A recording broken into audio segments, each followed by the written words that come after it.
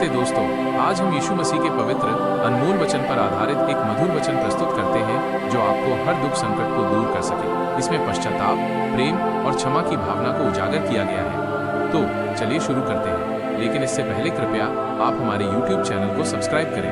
धन्यवाद। जय यीशु।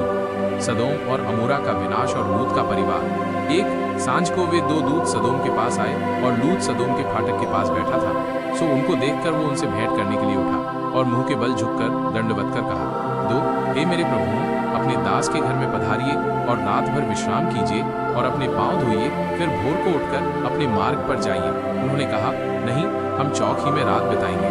3 और उसने उनसे बहुत विनती करके उन्हें मनाया। सो वे उसके साथ चलकर उसके घर में आए और उसने उनके लिए जेवनार तैयार की और बिना खमीर की रोटियां बनाकर उनको खिलाई। 4 उनके सो जाने के पहले उस सदोम नगर के पुरुषों ने जवानों से लेकर बूढ़ों तक वरन चारों ओर के सब लोगों ने आकर उस घर को घेर लिया।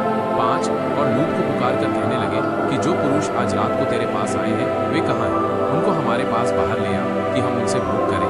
6 तब लूत उनके पास द्वार के बाहर गया और किवाड़ को अपने पीछे बंद करके कहा, 7 हे मेरे भाइयों, ऐसी बुराई न करो। 8 सुनो, मेरी 2 बेटियां हैं जिन्होंने अब तक पुरुष का मुंह नहीं देखा। इच्छा हो तो मैं उन्हें तुम्हारे पास बाहर ले आऊं और तुमको जैसा अच्छा लगे वैसा व्यवहार उनसे करो, पर इन पुरुषों से कुछ न करो, क्योंकि ये मेरी छत के तले आए हैं। 9 उन्होंने कहा, हट जा।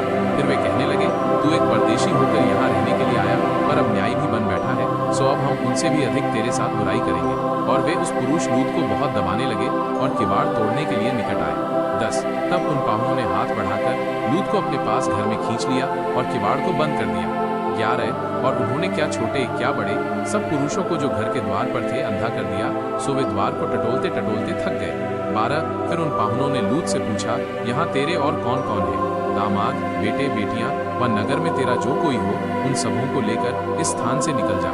13 क्योंकि हम ये स्थान नाश करने पर है, इसलिए कि उसकी चिल्लाहट यहोवा के सम्मुख बढ़ गई है और यहोवा ने हमें इसका सत्यानाश करने के लिए भेज दिया है। 14 तब लूत ने निकलकर अपने दामादों को, जिनके साथ उसकी बेटियों की सगाई हो गई थी, समझा के कहा, उठो, इस स्थान से निकल चलो, क्योंकि यहोवा इस नगर को नाश किया चाहता है। पर वो अपने दामादों की दृष्टि में ठट्ठा करने हारा सा जान पड़ा।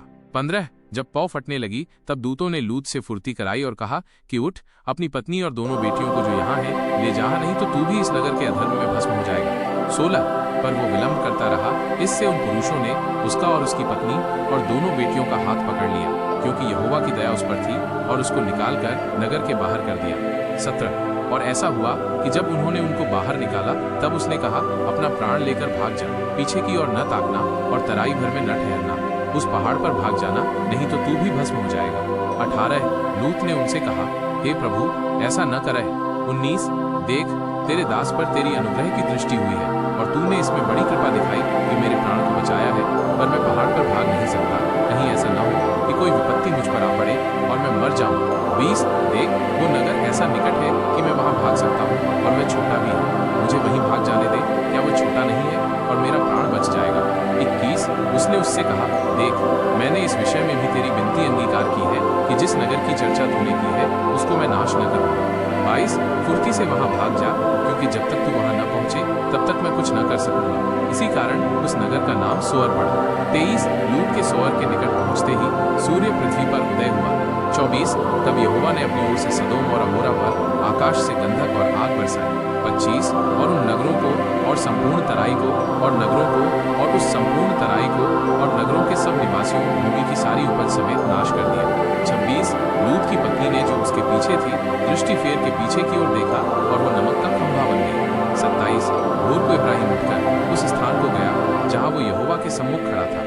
28 और सदोम और अमोरा और उस तराई के सारे देश की ओर आंख उठाकर क्या देखा कि उस देश में से धधकती हुई भट्टी का सा धुआं उठ रहा है। 29 और ऐसा हुआ कि जब परमेश्वर ने उस तराई के नगरों को, जिनमें लूत रहता था, उलट पुलट कर नाश किया, तब उसने इब्राहिम को याद करके लूत को उस घटना से बचा लिया।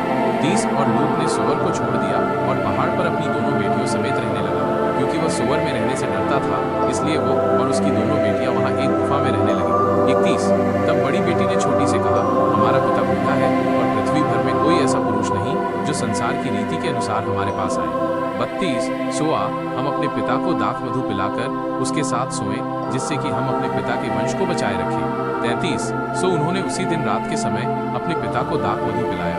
तब बड़ी बेटी जाकर अपने पिता के पास लेट गई, पर उसने न जाना कि वो कब लेटी और कब उठ गई। 34 और ऐसा हुआ कि दूसरे दिन बड़ी ने छोटी से कहा, देख कल रात को मैं अपने पिता के साथ सोई, सो आज भी रात को हम उसको दाख मधु पिलाएं। तब तू जाकर उसके साथ सोना कि हम अपने पिता के द्वारा वंश उत्पन्न करें। 35 सो उन्होंने उस दिन भी रात के समय अपने पिता को दाख मधु पिलाया और छोटी बेटी जाकर उसके पास लेट गई, पर उसको उसके भी सोने और उठने के समय का ज्ञान न था। 36 इस प्रकार से लूत की दोनों बेटियां अपने पिता से गर्भवती हुई। 37 और बड़ी एक पुत्र जनी और उसका नाम मोआब रखा, वो मोआब नाम जाति का जो आज तक है मूल पिता हुआ। 38 और छोटी भी एक पुत्र जनी और उसका नाम बेनम्मी रखा, वो अम्मोन वंशियों का जो आज तक है मूल पिता हुआ। अगर आपको ये अनमोल वचन अच्छा लगे तो हमारे YouTube चैनल को सब्सक्राइब करें। धन्यवाद। जय यीशु।